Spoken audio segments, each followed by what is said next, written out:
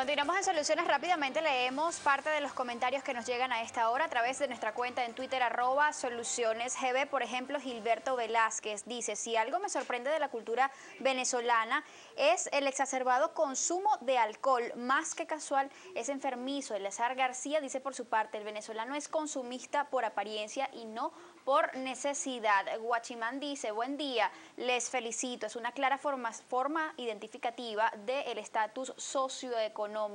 Ya por acá Héctor Méndez, y con esto cierro, dice: hoy en día con un sueldo mínimo súper devaluado y una alta escasez de la cesta básica no nos alcanza ni para ir al cine. Él agrega: antes con 300 bolívares iba al cine, cenaba, pagaba el taxi, ahora solo puedo comprar una película y verla en casa. Y hacia acá va mi siguiente pregunta, Elizabeth. ¿Cómo ha cambiado justamente esa experiencia de compra del venezolano? Y de repente también, ¿qué genera la emoción asociada al hecho de ir a comprar algo que queremos y de repente no lo encontramos? A ver, en este momento por lo menos el enfoque que le hemos estado dando o lo que estamos viendo desde las empresas es que hay una necesidad por generar experiencia a partir del producto. Ante esta situación país, situación escasez, pues probablemente la experiencia que está generando no necesariamente sea la más adecuada, ¿no?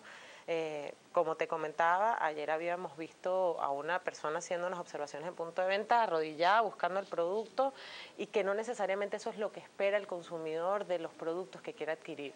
Sin embargo, creo que el venezolano espera estar más informado y que de alguna manera las empresas o las personas que son responsables de estas situaciones pues les digan y generen una acción coherente de eso que transmite. En la medida en que eso ocurra, la experiencia probablemente pueda ser retomada. En este momento no podemos hablar de experiencia de compra en el venezolano porque se traduce en hacer una cola de 2 horas para poder pagar. ¿Y qué genera eso en la psiquis del venezolano? ¿Cómo reacciona uno ante toda esta situación? Bueno, en el actual momento hay muchísima tensión en torno a la compra en general. O sea, la gente está en un punto de un ataque de nervios. Pues cualquier cosa puede disparar emociones muy fuertes y lo hemos visto, pues, esa serie de explosiones emocionales que se ven en las colas en los diferentes sitios.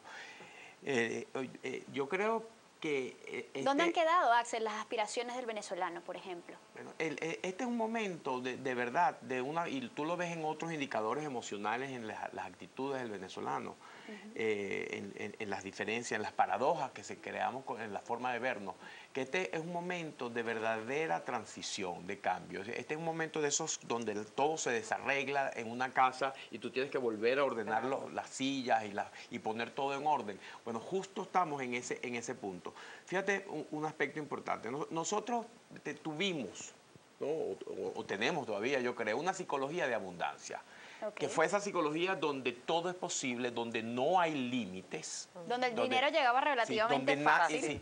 Donde nadie me ciñe, donde yo puedo conseguir todo, o sea, donde todo es factible, fácil. Esa fue la psicología dominante durante muchísimo tiempo en Venezuela, como tú decías, parte muchísimo por el petróleo, por todo lo que fue la abundancia petrolera y el boom petrolero. Porque nos saltamos, como tú decías antes del programa, esos 300 años de lo que fue, digamos, revolución industrial. Que nos llevó a, digamos, a no saber cómo valorar o valorar de la mejor forma la adquisición después de las riquezas, ¿no? Como tal. Sí, fíjate tú que lo que llamamos sociedad de consumo es un fenómeno que se empieza a ver en las sociedades occidentales en el siglo XX, ¿no? Y empieza a ser un comportamiento raro, tan extraño, de que, por ejemplo, Veblen lo estudiaba, lo que llamaba el consumo conspicuo, el consumo que era para mostrar cualidades determinadas. Era un fenómeno extraño. ¿Por qué? Porque durante todo lo que fue el siglo XIX, el capitalismo, la típica conducta capitalista era producir, producir, producir y no gastar nada. Era ese típico individuo ahorrador que lo que hacía era levantarse muy temprano a trabajar todo el día y no tenía cómo consumir. Y la sociedad se encuentra con un problema. ¿Cómo hago yo para vender todo eso que estoy produciendo si no hay quien lo consuma? Entonces empieza a crear un tipo de carácter social que son personas dadas hacia el consumo que no existía, un fenómeno nuevo. Pero nosotros pareciéramos que nos saltamos pues todo ese periodo de la persona industriosa, ahorradora, y caemos directamente en ese carácter mucho más extrovertido, mucho más dado hacia el consumo conspicuo. Ahora, pues también importantísimo analizar, pues cómo influyen en todo este contexto las tendencias globales, ¿no? Sí. Hacia el consumo. Bueno, eso genera aún más frustración desde el venezolano, porque el venezolano está informado, sabe, conoce y de alguna manera no tiene la posibilidad o la expectativa de lograr ese consumo o de lograr esa compra o de adquirir esos productos, ¿no? Okay. Hemos visto cómo en Venezuela y el venezolano toma en cuenta o tiene una tendencia de considerar todo el enfoque nutricional que hay asociado a la salud y hacia productos más que generen mucho más beneficios. Sin embargo, la disponibilidad de eso no existe. Eso está generando muchísima frustración desde lo que es su expectativa de consumo versus lo que es la realidad de consumo.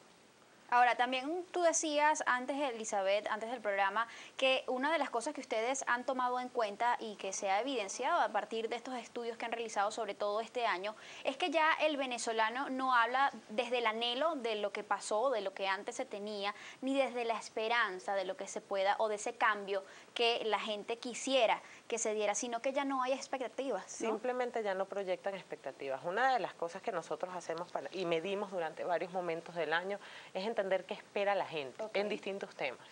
Y lo que hemos visto es que hasta hace unos meses la gente pues te hablaba de, bueno, yo creo que la situación va a estar peor, que eso habla desde la preocupación o tiene que mejorar desde ese anhelo.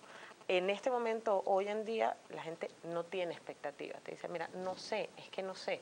No, ya no logro ni siquiera pensar cuál va a ser esa opción que yo pueda tener. O sea, ¿Cómo se traduce eso? O están en el piso las expectativas. Exacto. O sea, en Venezuela siempre los venezolanos pensamos que nuestros hijos iban a vivir mejor que nosotros. Eso fue una expectativa continua que se mantuvo durante todo el siglo XX. Hoy en día, las expectativas de cómo va a ser el futuro, o sea, si nuestros hijos van a estar mejor, menos del 20% de la gente cree que sus hijos estarán mejor que ellos. Entonces, eso está viendo un futuro muy corto y un futuro bastante desconsolado.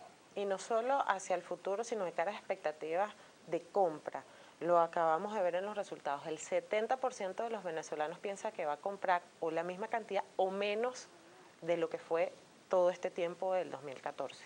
Entonces, bueno, eso también te habla de muchas emociones y muchas energías o elementos negativos asociados a este comportamiento.